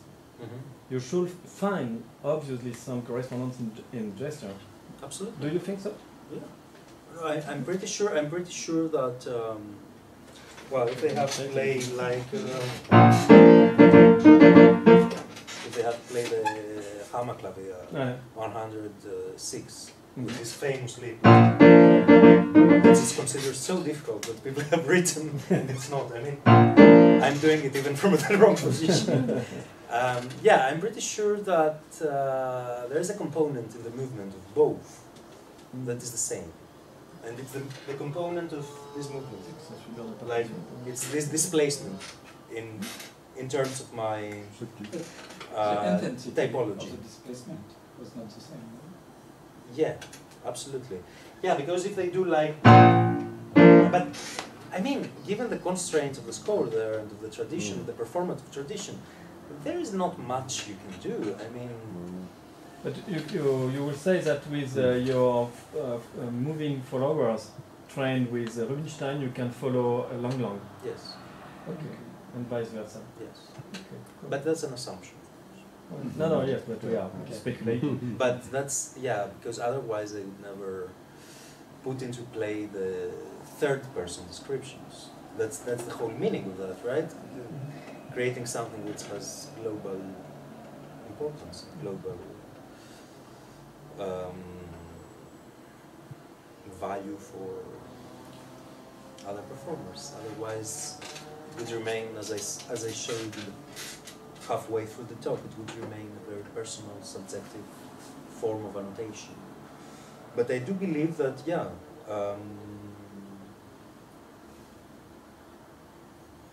yeah, this sort of Lang gesture, let's say, this Lang sort of expressivity is a meta layer, which in its basis has the Rubinstein. Let's put it like that. Like, even Lang has a Rubinstein hidden in him, but it's a very structuralist, I know, it's a very structuralist sort of approach to it, but I think it's quite sound given the biomechanical constraints we all have. I mean, and at the opposite, I will say that there are some people using a lot of gesture to compensate the technical problems, and this is the difficulty of people who are advanced in an instrument but who are not as good as Lang and so they use movement not for music purpose but simply to compensate or as a man. So as a here you're putting and so in that case your model should differentiate the two. Those who use the movement for the musical structures and those who use the movement simply because they have technical problems and they have to solve and or to compensate the stress and so on. So for a lot of reasons which are not related to music. Do you think your model can do that? That's a distinction. It's a very sound distinction made already by all the great 20th century piano pedagogues like Leimer Gieseking, for example, or Georgi Sandor. And they all talk about the manneristic gesture, let's say the Lang gesture, as opposed to the sort of redundant gestures out of immaturity. So, of course, we can differentiate based on the task at hand, which is the score, eventually. But on the other hand, a more radical response to that would be something by Nicholas Cook when he talks about nothing is redundant, nothing is irrelevant. If you are to judge performance on performative terms, then you know even the way one moves on stage to go to the piano becomes relevant. Because music making is always also a social act and it's also an act put on stage.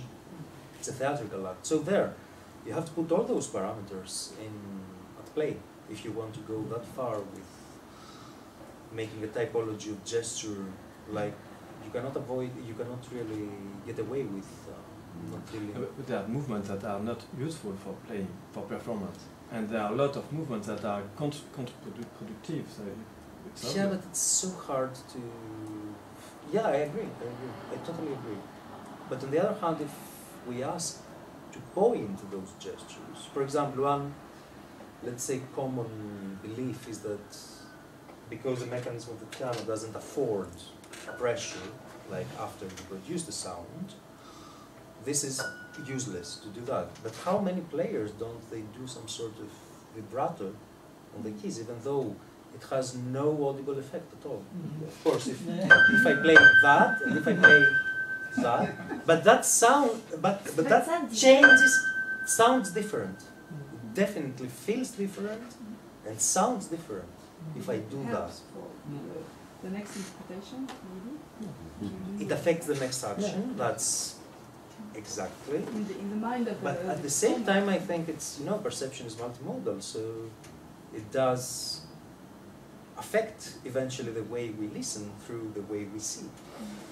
And that's something to keep in mind. So yeah, I sometimes overpress on the keys myself because I want to have this sort of visceral quality, this guts sort of thing. You know, if I play Bartok, for example, I want to rip the keys off.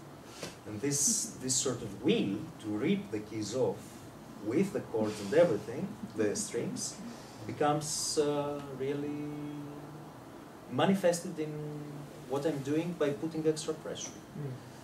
And also it changes another aspect of piano sound which is hardly studied, is the key noise. So it's the difference between doing that and that. That has as a component, has my impact on the key surface. So the amount of energy that doesn't reach the string. And that's a huge aspect of piano playing which is under studied. Very, very, very few people have tried to do it. Like if someone plays, you know, if you take Cecil Taylor, for example, or Thelonious Monk, the way they play the piano, you hear that thing, you hear the impact. I can hear it because I'm experienced. Others say, oh, he plays so harsh and so. And Thelonious Monk, part of it is that he plays like that, so with stiffness here. So he plays. But other is that the sort of impact on the surface of the keys. So that's quite. Yeah, I think that's something. Faut voir, c'est une question ça. Since on an acoustic piano, you cannot have the velocity of the gesture onto the key. Can you have a measure of evaluation or a measure of it, of the velocity of your gesture on the keyboard with the accelerometers? Did you try to analyze or to use it for expressing? I never used it for that, but well, let's see. I think it's quite straightforward, right? It should be. It should be. But the precision, probably you get something, yeah, but what is the precision of? So what's the question? To compare? No, the velocity, because the velocity, as you said, is very important because it changes the envelope or spectral envelopes of the notes. But how precise is the measure of velocity with the So system? I'll play like chords with the normal technique, like this sort of falling technique where I control the arm weight. And then I'll play sort of Thelonious Monk thing, okay? And see how it compares. The best for that would be to have the recording, so to have with the connect and everything. But but the MIDI piano you have. But still with Oui, mais on n'a pas le secteur du 110 volts. On n'a pas d'adaptateur 110 volts. J'en ai à la maison, mais je ne sais pas qui. Philippe, il m'a dit qu'il n'y en avait pas.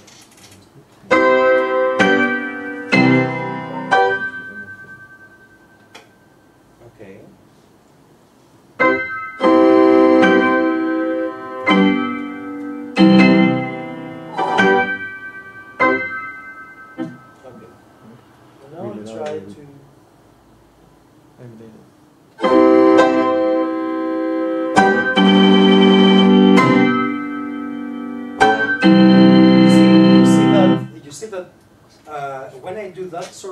stiff thing, I don't quite have the same transposition, displacement. So it goes sort of that instead of going sort of that, like swimming in a different style or something.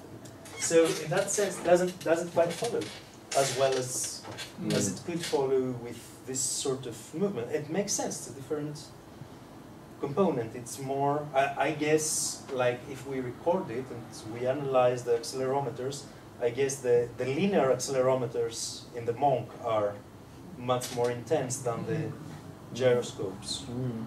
That's my guess.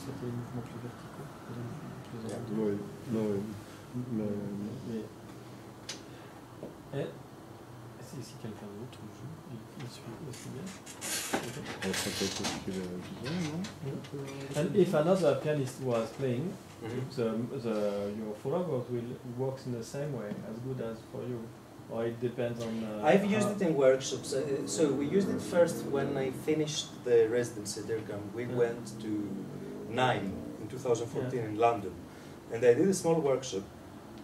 And then I hadn't developed so much, but I was very lucky because I found a pianist, and she was able to sight read vertical, like I did. Like she could play. She could play the gesture. She could start.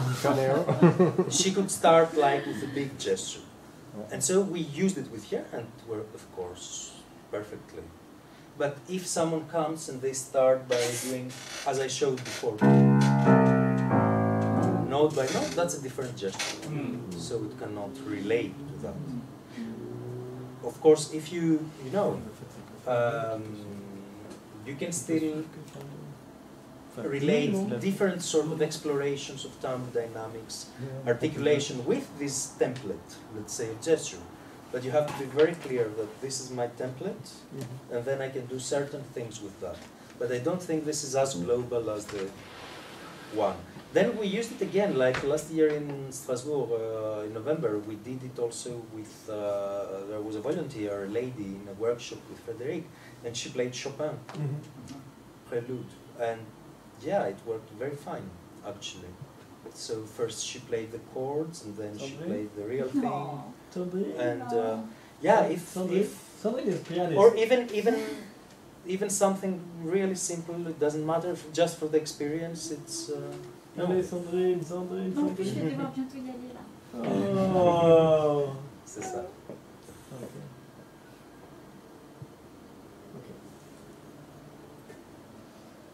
Cool. Interesting. We're still now, the big question for us is, and I would like probably your feedback there, is this question of integrating machine learning, so being able to get the mappings automized, because then it will become really something quite, also in terms of efficiency and in terms of a tool, it will become quite important. Another implementation I didn't mention is web learning. So imagine having players all over the world and learning the same piece and being able to meet online and compare their learning processes, or so that could also be something quite promising, or creating a database of gesture or integrating in real commercial recordings eventually. Like imagine if we had this sort of information for the big pianists of the 20th century, like Richter or Gillers, and we could, like in terms of analysis of performance analysis of performative turn, if we could really study those things. So I think it's, my dream would be creating a small kit of that, including like the sensors and software and the Kinect, the portable, but in a small kit that could be even commercialized. Even commercialized, and then also be connected to a global database and be able from there to download pieces like templates, how other people did it, or so that could be an interesting application. And do you have an idea of people interested to transpose your approach to other instruments? So, what I didn't mention, this project by Bevilacqua started through a violin-based project called the Augmented Violin, also with Mari Kimura. And with a composer called Flore Bachet. She had pieces for solo violin and for string quartet. And the whole idea of using the gesture following for instrumental performance starts there, which is the late 90s. And then it was interrupted at some point, but essentially this project is pretty much, in terms of Frédéric's work, is very much continuation from and there. did they continue to be with the violin or No, did they? no, it was, but it's well documented. There are articles, there are videos. Yeah, it's quite. There were pieces. For wind instruments, it seems. For wind instruments, it's very different. Yeah. Well, you would probably need different types of detection. Other than, of course, with the clarinet, the gesture on the hands is different, but the gesture on the expressive gesture is. Application maybe of the whole body, like Emmanuel, the woman, the kinesiotherapist you worked with, she analyzed the whole body movement of the clarinet player. And But we use it's motion capture much more information than only Absolutely, absolutely. Caramion in this article, I think it's a very worth reading article. He used only accelerometers on the bell of the instrument, on the bell. On the clarinet we say the bell, right? It was on the bell. So he essentially computed the angle of, from central position, this sort of angle here. And then compared to those primitives. So I think it's feasible. But of course with the mock-up it's completely different. But in some way what is fascinating with your project is that the input is very simple in some way, because two accelerometers, it's because I'm a performer, I'm a nomad, I have to travel all the time, so I was always thinking, I need a system which is really portable, and if I were to develop it into a system, it should be very, very small in terms of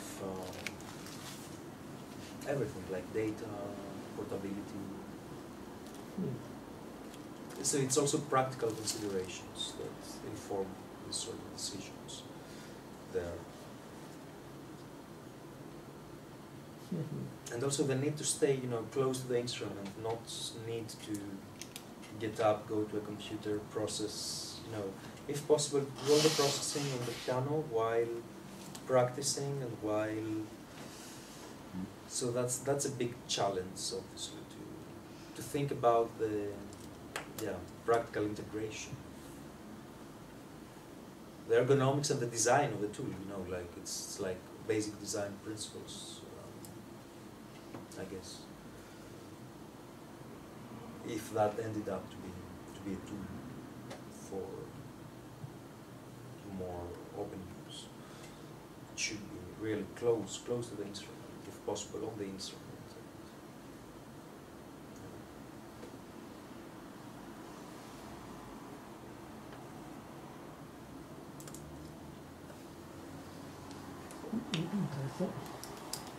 Merci bien. Votre écoute. Ton train et your train. Il faut les voir en fait. Je suis pas sûr. Ah, sur le violon, c'est sûr. Sur les instruments à cordes. Oui, ils ont tellement plus de variabilité. Mais tu parles de la partition, parce que tu présentes la partition, si tu la regardes, elle te projette des mouvements. Les violons, ils sont pas beaucoup à bouger la main. Mais elle te projette des marchés quand même, des coordinations, des remarchés. Oui, tout à fait. Il y a un espace, alors évidemment sur le piano c'est dans le même plan, c'est peut-être plus concentré. Bon, le violon, ça. Mais la logique est la même. La logique est la même. C'est juste que c'est représenté, c'est dispatché différemment. Alors c'est, disons, Porte-Neuve à 24 heures. C'était à 24 heures. Porte-Neuve. Les oiseaux chantent. Tu vas où? À Strasbourg? Ah, ok, oui. Ah ouais, c'est direct. C'est direct, c'est assez proche. Same train. C'est le même train. Je t'emmènerai, je peux t'emmener en voiture. Porte-Neuve. Un TGV. Non, en fait, je prends les terres Dijon-Ville par Dijon-Porte-Neuve. Et il va prendre un TGV à je peux prendre les Dijon-Ville à 8h02. Ah, Dijon-Ville à 8h02. Ah oui. Ah non, bien sûr. Tu peux prendre le tram. Il a pris pour aller à la gare. Et voilà. Ah oui, non, je vis sur Google c'est mieux de prendre le tram. C'est plus proche, mais c'est pas Dijon est tout petit. Ah d'accord. Tu peux aller directement à la gare, c'est plus facile. C'est plus facile. Oui. Ah oui, c'est plus simple. C'est bien plus simple. S'il y a encore la place pour une question, j'en ai une à propos de la notion de gesture motion follower. On en a parlé un petit peu sur le balcon tout à l'heure. C'est dans quelle mesure ce dispositif peut anticiper dans le geste? Dans la mesure que les gestes enregistrés, en fait, c'est... Ça dépend de la relation entre les gestes nouveaux et les gestes enregistrés. Alors, si les gestes enregistrés c'est trop rapide, par exemple, on va essayer. Après, les motion followers, on attend le nouveau geste qui est un peu plus élargi. Voilà. D'accord, oui. C'est comme ça. Okay. Alors ça dépend de... Sinon, si le geste enregistré c'est vraiment très lent, peut-être ils ne suivent pas. Il n'y avait pas des plus vite, ouais.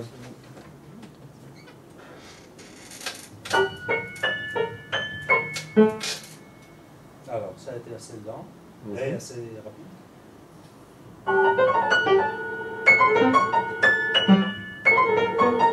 Il attend toujours. Alors, il attend jusqu'au moment que j'arrive à cet point de changement de déplacement. Et si je fais l'inverse, c'est plus difficile en fait. Parce que c'est...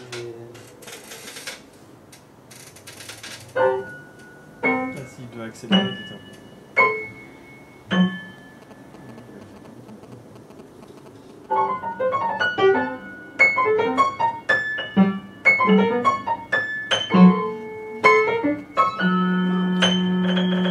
c'est bien. Oui, bien, c'est bien. C'est bon. Normalement, je fais l'inverse, alors c'est le top-down. Donc, je fais les rapides et après les lents. C'est vrai. Mais parce que aussi ça aide avec la continuité du geste, les suivre. Mais là, ça a été assez...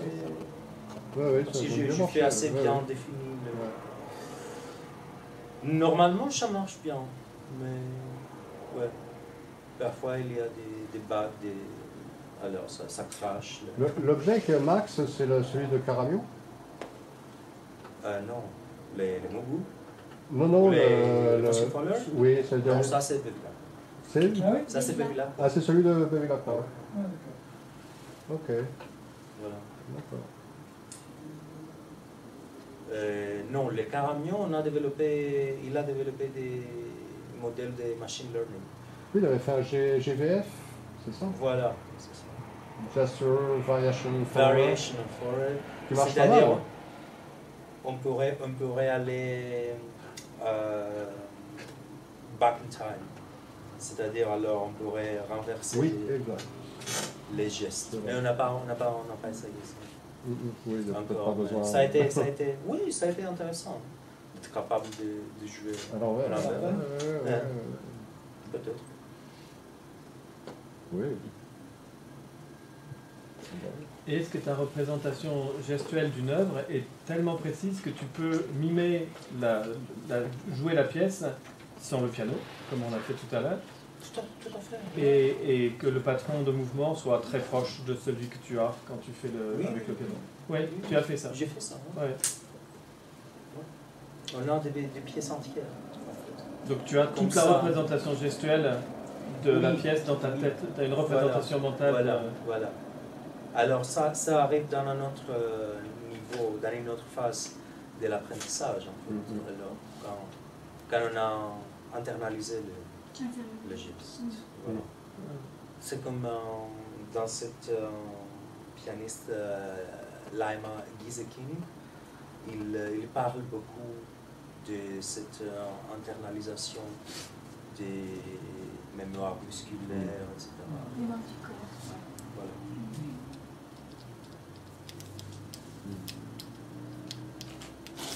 Merci. Merci à vous. Encore. Ça a été très intéressant. En fait, ça m'intéresse. Plus intéressant que ça marche avec On fait assez rapidement des... C'est pas la même emballage.